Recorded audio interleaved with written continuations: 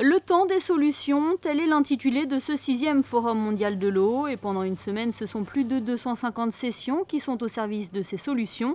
Des débats, des échanges ont lieu ici jusqu'à samedi au Parc Chanot de Marseille. 20 000 personnes participent à ce forum où la question de la gouvernance est largement abordée. C'était le cas par exemple lors de cette conférence organisée mercredi par la Fondation Prince Albert II. La fondation qui présentait les travaux conduits par le Water Think Tank Méditerranée. Le WTT est une initiative qui a vu le jour il y a 3 ans à Istanbul lors du 5e Forum mondial de l'eau. Il réunit des partenaires de tous horizons qui partagent ainsi leur expérience et leur point de vue sur la gouvernance territoriale de l'or bleu en Méditerranée.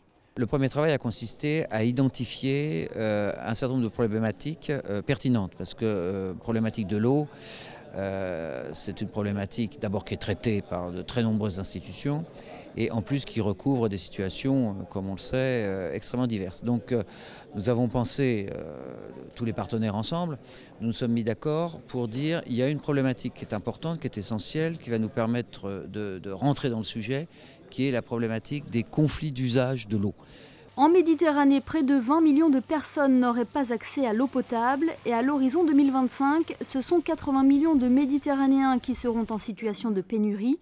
L'eau est donc devenue une ressource rare et se doit de rentrer dans le calendrier des priorités des politiciens, selon Walter Mazziti, président du système euro-méditerranéen d'information sur le savoir-faire dans le domaine de l'eau. Les politiciens sont convaincus que l'eau est un thème technique à discuter entre les techniciens. Ça, c'est pas vrai. Parce que l'eau, aujourd'hui, est un thème absolument politique. Donc c'est nécessaire, il est nécessaire que l'eau rentre comme une véritable priorité dans l'agenda politique. Ça, c'est la première chose à faire. Deuxième chose, c'est qu'il faut commencer à travailler sur la connaissance.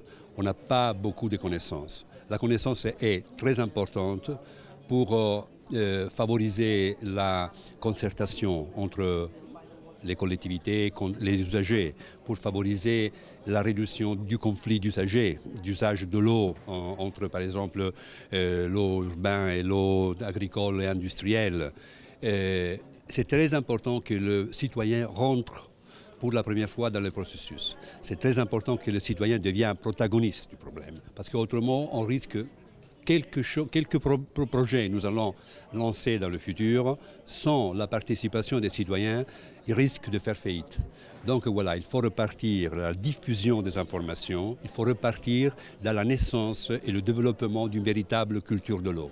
Le Water Think Tank va désormais élargir et approfondir ses réflexions en se focalisant sur l'usage domestique et agricole de l'eau. Pour cela, 2 grandes villes seront étudiées, Istanbul et Rabat. Les premiers résultats de cette étude devront être dévoilés lors du Forum urbain mondial qui aura lieu à Naples en septembre prochain.